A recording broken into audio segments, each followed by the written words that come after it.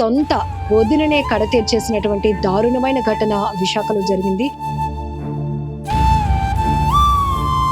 వెళ్ళి అమ్మ నెగా అనేసి దుప్పటి తీస్తాడికి ఇంకా రక్తం కారత్తం దాని గొంతుకు ఇప్పుడు కోసడం ఇటు తీసిన అటు తీసిన కదలేదు మెదలేదు కొయ్యి అయిపోయింది. ఎప్పుడు నేను తీసినాడో పొద్దున్న 9:30కి నేపుతాను ఎప్పుడు ఆవిడని. అలాగే నేపడానికి వెళ్ళాను. మొఖం మీద గుడ్డ తీసాను, చచ్చిపోయాం. నాలుగు బయటకు వచ్చింది, రక్తం ముక్క అంటే రక్తం వచ్చింది. కిందనే అది ఎలా పడుకుందో అలాగే ఉంది. బంగారమ్మ, శంకరబోధి బంగారం. అప్పుడు ఎవరు లేరా? ఇదంతా కూడా బాంబే కాలనీలో ఉంది, జనాలు మరి రాత్రి కదా, రాత్రి వేయాలప్పుడు చేశాడు ఆ పిల్లడు. ఊరికి తెలిసి ఊరికి తెలియదు. 12 గంటల దాకా తెలిగేసే ఉన్నాం. మేడ మీదకి వెళ్ళాడు, కిందకి వచ్చాడు, మేడ మీదకి వెళ్ళాడు, కిందకి వచ్చాడు. అప్పుడు పడుకోండి, లోపలికి వెళ్ళాడు. వెళ్ళి ఏడు చేసాడు. మేము పడుకుంటూ పోనాం. ఇక్కడ వాళ్ళ మరిదే, ఆ అమ్మ మరిదే. దేనికోసం చేశాడో మరి తెలియదు కదమ్మా. బంగారం కోసం బంగారమా? దాని మెడలో ఉండేది 2 తులాల తాడు, చైన్ లేదు. చెవులకి అర్థాలు ఉంది, అవి లేవు. పుట్టి మనిషే ఉంది. ఇద్దరు ఇప్పుడు వెళ్ళి పాపలు ఇద్దరు. ఆ పాపలకు ఓ పాప, పెద్ద చిన్నదానికి ఓ పాప. దాన్ని మళ్ళీ ఇప్పుడు గర్భిణితో ఉంది, 7వ నెల. నేను 9:30కి ఇదిగో మనరాలు 9:30కి నేపదామని వెళ్ళాను. మొఖం మీద కూడా తీసి చూసాను, దప్పటి కప్పిసాము. మా పాప. ఒక ఇంట్లో ఉంటామండి. తినేసి అక్కడ పడుకోండ్రు రాత్రి. అప్పుడు ఆ పిల్లడు మేడ మీద పడుకుంటాడు.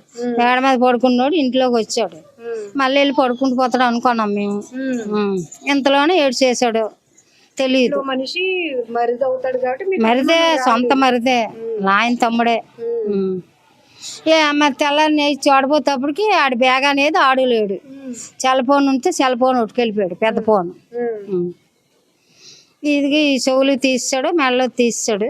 ఆ మెడ చుట్టూ ఇలాగా తాడేసి కోసినట్టుగా రక్తం గూడు కట్టి సొమ్ము. తెగిపోవడం లేదు, మామూలు కమిలిపోయింది. బెడ్డ కమిలిపోయి ఉన్నది. 4 బయటకు వచ్చేసి ముక్కంటే రక్తం వచ్చేసి ఆ రక్తం తీసాను. చేతిని తీసి చూస్తే ఇంకటి ఇటు బొగ్గల మీద కొడితే పలకలేదు. ఒకవేళ అటాక్ ఏంటి అనుకోని గుండె మీద నొక్కాను.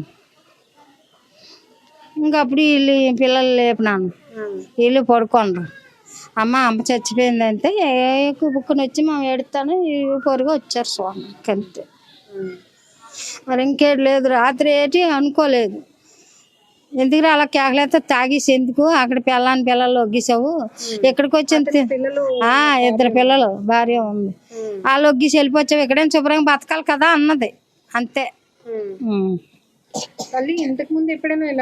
ఇంతకు ముందు ఎప్పుడు మాతో గొడవ ఆడలేదు. వాళ్ళ అమ్మ బాబు వాళ్ళతో గొడవ ఆడుకుంటాడు. ఆడుకుంటాడు, వచ్చాడు 2 రోజులు, 1 రోజు ఉండోడు, వెళ్ళిపోయాడు. మరి వచ్చాడు కాదు. ఇప్పుడు ఎందుకో నెల అయింది వచ్చాడు. వచ్చి నేను ఇక్కడ పని చేసుకుంటాను, ఇక్కడే ఉంటాను వదినా, ఏదో రూపాయి తెచ్చుకొని రూపాయి నీకు ఇస్తాను, 10 రూపాయలు నన్ను తీసుకుంటాను, మంత్ అవుతాను అన్నాడు. సరే ఉండరా బాబా అన్నది. వదిన కదా మరిదని ఈ చెత్త చేసాడు. దానికి మామూలుగా వస్తారు, అందరూ వస్తారు. వాళ్ళ అమ్మ, వాళ్ళ నాన్న, ఆ పిల్లలు మొన్నే వచ్చి వెళ్ళారు. మొన్న వచ్చి వెళ్తే తీసుకెళ్ళిపోతామంటే వెళ్ళా అన్నాడు. సరే వెళ్ళంతే ఉండరు అయితే అన్నిసాం అంతే. మా వదిన అంటే తల్లి తర్వాత తల్లే కదా, తల్లి తర్వాత తల్లి. అది నన్ను మేనత్తని వాళ్ళ బాబు చెల్లెలు లేను. మాకు ఇలా అన్యాయం చేశాడు. ఆ పిల్లలకి దిక్కు లేకుండా చేశాడు. వాళ్ళ అన్న చనిపోయి 7 సంవత్సరాలు అయింది. అలా ఆయన చచ్చిపోయి 7 సంవత్సరాలు. ఆ పిల్లలు పెట్టుకొని ఉన్నది. దాని గొంతుకు ఇప్పుడు కోసడం. 2 ఆడపిల్లలు, ఓ పాప ముందు. ఆ పాపకి మరి ఇంకేటి చెప్తామమ్మా. రాత్రి అయితే మేము చూడలేదు. అప్పుడు వెళ్ళిపోండి తెలియదు మాకు. గడెట్టేసి వెళ్ళిపోండి. ఆ గడి నేను 7:30కి తీసి మా అమ్మని చూడలేదు, మా అమ్మని.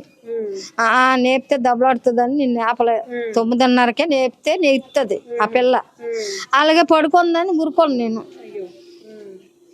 ఆ తెల్లని 9:30 అయింది, బట్టలు ఉతుక్కొని ఇల్లు ఆకలి తుడుచుకొని అంట్లు దోమించుకొని అంట్లు పడబడమంటే తిట్టిది. అలాంటిది కదలలేదు ఏంటి ఈవిడే, ఇంకెంత నిద్ర చేస్తావే నీకే, మీ మనరాలు కట్టలేదు అన్నాను.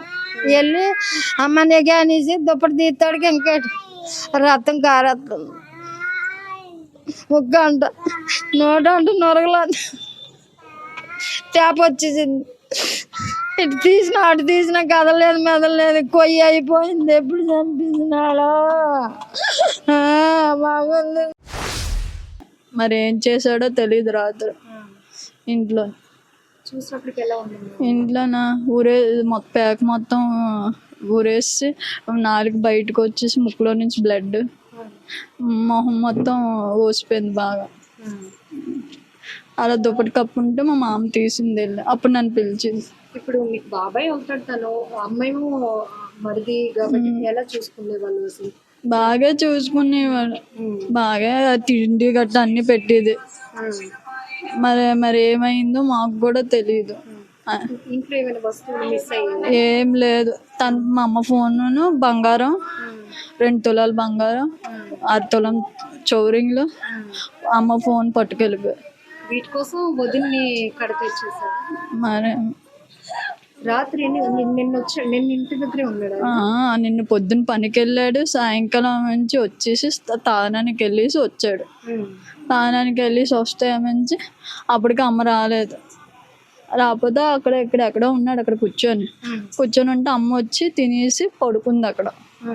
పడుకున్నప్పుడే అన్నది, ఎందుకు తాగేసి వస్తున్నావు, వెళ్ళిపో మీ ఇంటికి అని అంటే సరే అయితే మేడపైకి వెళ్ళాడు. మేమేమో ఇక్కడ ఉన్నాం 12 దాకా తెలిగేసి ఉన్నాం. తెలిగేసి ఉంటే అప్పుడు అన్నం తినడానికి వచ్చాడు లోపలికి. ఫ్రిడ్జ్లో అన్నం తీయడానికి వచ్చి అక్కడ పట్టుకొని వెళ్ళి తిన్నాడు. తినేసి మరి ఏమైందో తెలియదు, మేము పడుకుని తలుపేస్తాం. కాదమ్మా, ఇప్పుడు వదిన పిల్లలంటే మీరు అతనికి పిల్లలే, నువ్వేమో ఇలా గర్భంతో ఉన్నావు, చిన్న చిన్న పిల్లలు ఉన్నారు. అసలు మా అమ్మ తెలిగేసి ఉంటే బయటకే గొడవ అంటే కేకలేయడం ఏంటి, మా బాబాయ్నే కూడా అది. అలాంటి పడుకున్నప్పుడు అలా చేస్తాడు, మత్తులోకి వెళ్ళిపోయినప్పుడు, నిద్ర మత్తులోకి వెళ్ళిపోయినప్పుడు. మరి మామూలు తెలిగేసి ఉంటే మా అమ్మ హ్యాండిల్ చేసుకోగలదు. అలాగా చేసుకుంటది. చేయొద్దు, నువ్వు నిద్రలో ఉన్నప్పుడు అలాగా గట్ట పిసికేసాడు, తలగాడెట్టేసి ఏ తాడుతోనో చేశాడు. ఈ వయసులో ఈ సమయంలో అమ్మ ఉండాలి మీకు, అలాంటిది చాలా దారుణం జరిగిపోయింది. స్ట్రాంగ్గా ఉండండి మా, మీ హెల్త్ జాగ్రత్త. అందుకు నుంచి చిన్న పిల్లలు ఉన్నారు. ఎంత దారుణమైన సంఘటన విశాఖలో చోటు చేసుకుంది. దారుణం అంటే అత్యంత దారుణం. వదిన అంటే తల్లి తర్వాత తల్లి లాంటిది, మరిదిని ఒక తల్లిలా చూసుకుంటుంది వదిన. అలాంటిది ఇగో ఈ కండిషన్లో వాళ్ళ ఇంటి దగ్గరే ఉన్నాం. హత్యకు గురైనటువంటి బంగారమ్మ గారి ఇంటి దగ్గర ఉన్నాం మనం. ఆమెకు 2 ఆడపిల్లలు, ఒక పాప నిండు గర్భిణిగా కూడా ఉంది. ఇవేమీ ఆలోచించకుండా కుటుంబ సభ్యుడు వీళ్ళకి బాబాయ్ అవుతాడు. ఇలాంటి సమయంలో తల్లి లేకపోతే వీళ్ళ నుంచి పొందుతున్నటువంటి ప్రేమ ఇవేమీ గుర్తుపెట్టుకోకుండా కేవలం తన దగ్గర ఉన్నటువంటి బంగారం కోసం ఆశపడి సొంత వదిననే కడతీర్చేసినటువంటి దారుణమైన ఘటన విశాఖలో జరిగింది. ప్రస్తుతం మనమైతే అంబేద్కర్ కాలనీ బాంబే హౌసెస్ దగ్గర ఉన్నాం. ఇక్కడ ఎటు చూసినా కూడా ఇల్లులే ఉన్నాయి, కానీ సొంత వ్యక్తే, కుటుంబ వ్యక్తే ఇలా దారుణానికి పాల్పడటం వల్ల ఎవరు గ్రహించలేకపోయారు. అదే తెలియలేనటువంటి అనుమానాస్పద స్థితిలో ఎవరైనా బయట వ్యక్తులు తిరిగితే ఎవరికైనా అనుమానం వస్తుంది.